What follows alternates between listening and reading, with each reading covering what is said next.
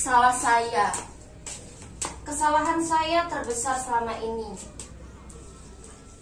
Salah saya. Selalu membayang-bayangkan hidup ini. Saya tahu, tapi itu urusan pribadi saya. Memang sering kok ngomong, bahkan terlalu sering. Hidup ini bukan untuk dibayang-bayangkan. Hidup ini juga bukan untuk diimpi-impikan.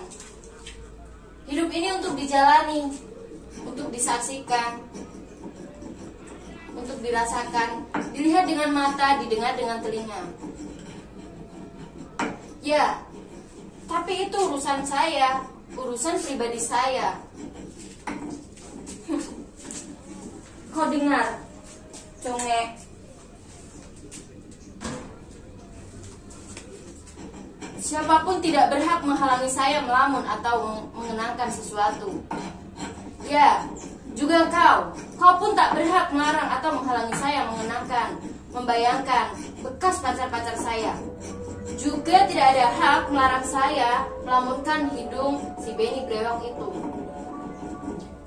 Itu hak saya. Betul, saudara-saudara. Itu hak setiap orang. Hak asasi manusia. Saudara-saudara, saudara pun tidak berhak atas dunia sunyi seseorang. Dan apakah bisa? Itu rahasia. Dan saudara-saudara akan menjadi pembohong besar kalau sekarang berani mengatakan sesuatu. Saudara tidak pernah melamun. Dan siapa yang kuasa melarang saudara-saudara untuk mengerjakan pekerjaan seedan itu? Dalam keadaan begini saya ingin mabuk saja dengan menelan sambal-sambal itu. Saya tahu sambal itu merangsang nafsu makan, tapi saya tidak perlu dirangsang. Tanpa sambal itu saya sanggup mengulang sekaligus nasi sebanyak itu. Nasi.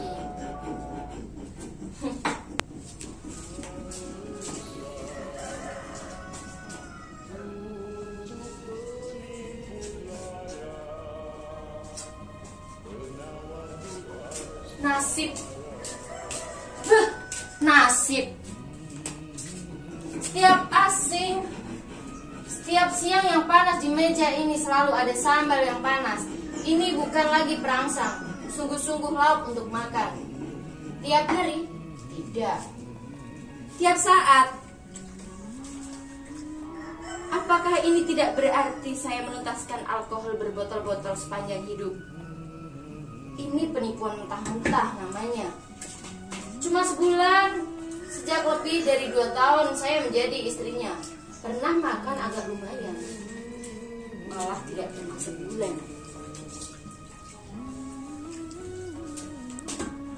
Malah tidak penuh sebulan, 23 hari. Itulah bulan pertama saya selanjung dengan laki-laki itu. Maksud saya Mas Broto. Barangkali saudara-saudara menyangka saya berdusta, mengada-ada, tempe, dan cuma 5 kerat. Yang 5 kerat lagi saya simpan untuk nanti malam.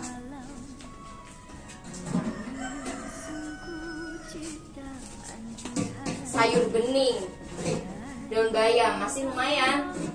Kalau tinggal 20 daun singkong bukan mustahil. Saya tidak peduli apakah di antara saudara-saudara ada pejabat pemerintah atau polisi. Saya tidak peduli.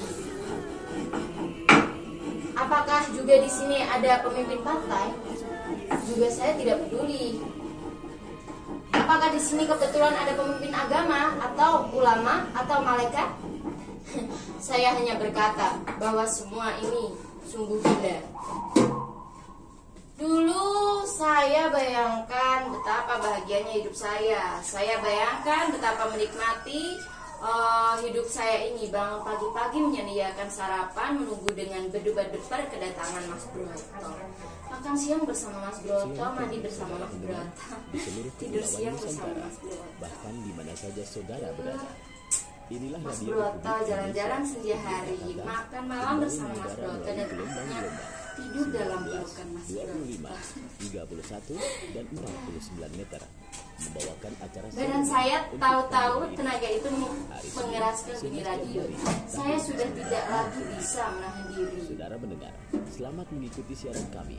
Selamat mendengarkan dan tetap bercerita. Geli. Alangkah menggelikan waktu Mas Broto itu menyatakan ceritanya pada saya.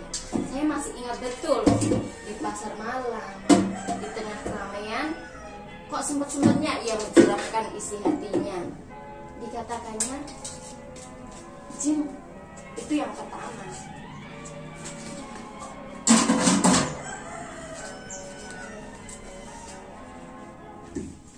Terus karena sehabis itu dia menelan ludahnya.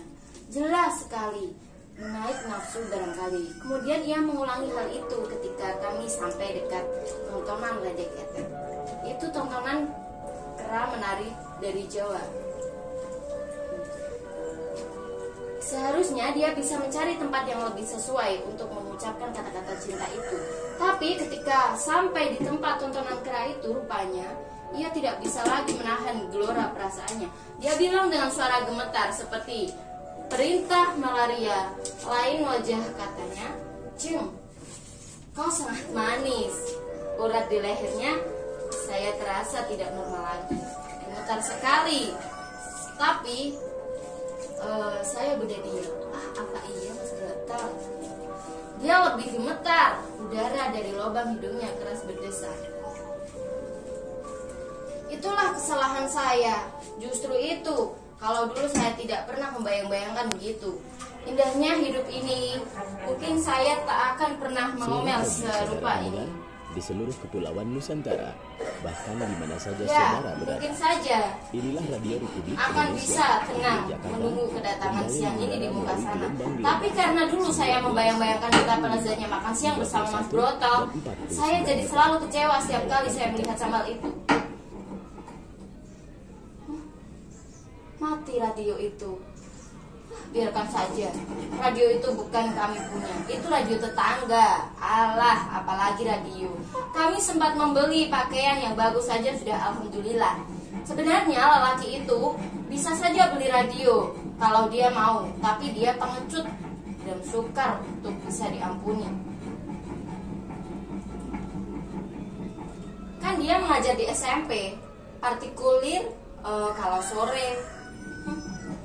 Suatu ketika ada seseorang juragan yang datang kemari. Kalian mengerti sendiri apakah latar belakangnya. Kalau ada seseorang juragan datang ke rumah seorang guru, juragan itu punya anak yang mengelnya seperti setan keranjingan. Sudah umum, tentu saja juragan itu membawa amplop. Tapi suami saya seorang pengecut yang bodoh seperti kerbau. Sombong betul tetangga saya yang satu itu.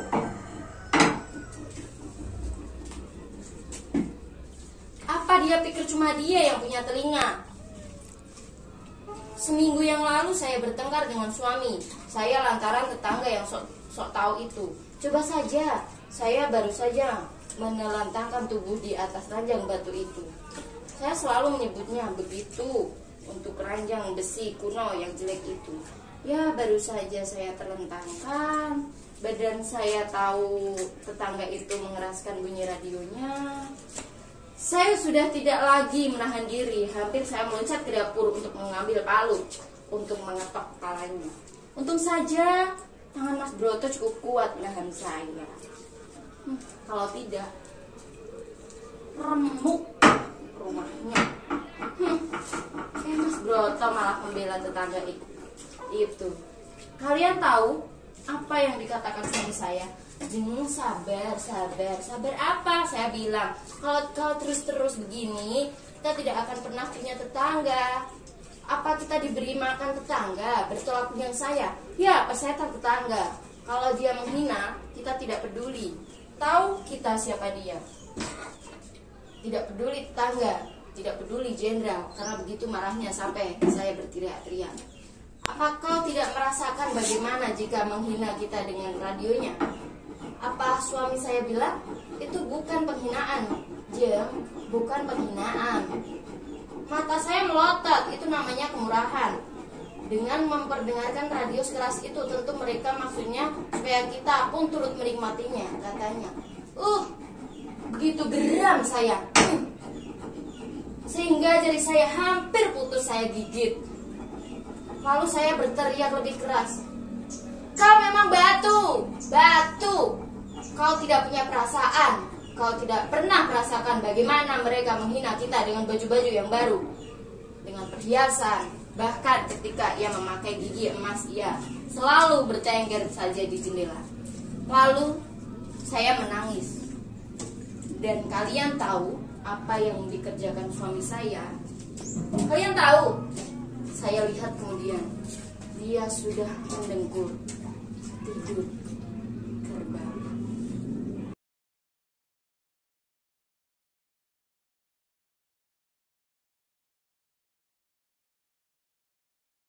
Assalamualaikum warahmatullahi wabarakatuh. Salam sejahtera bagi kita semua.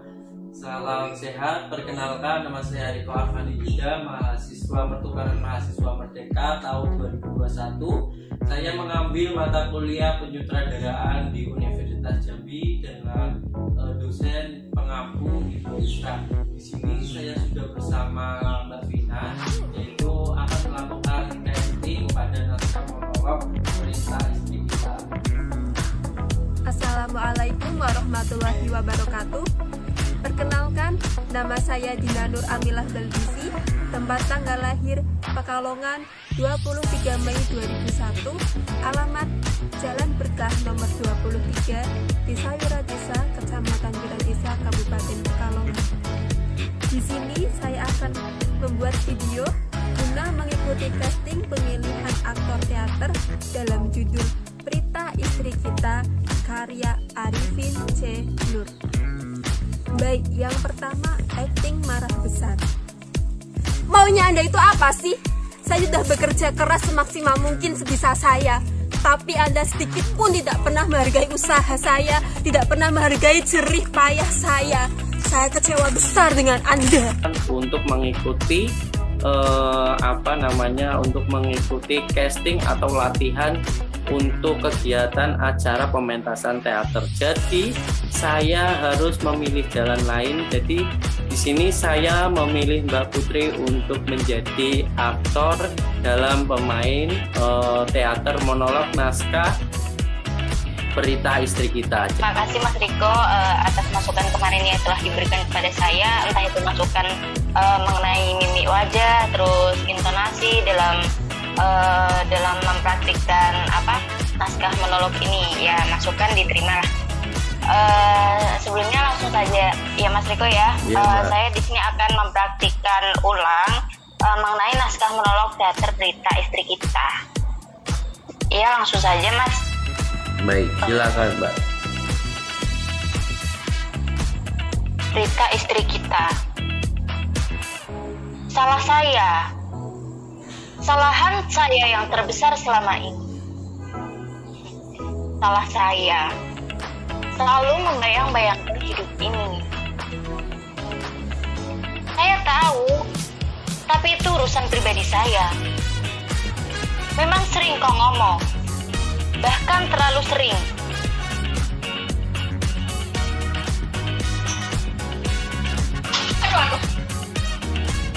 Sapi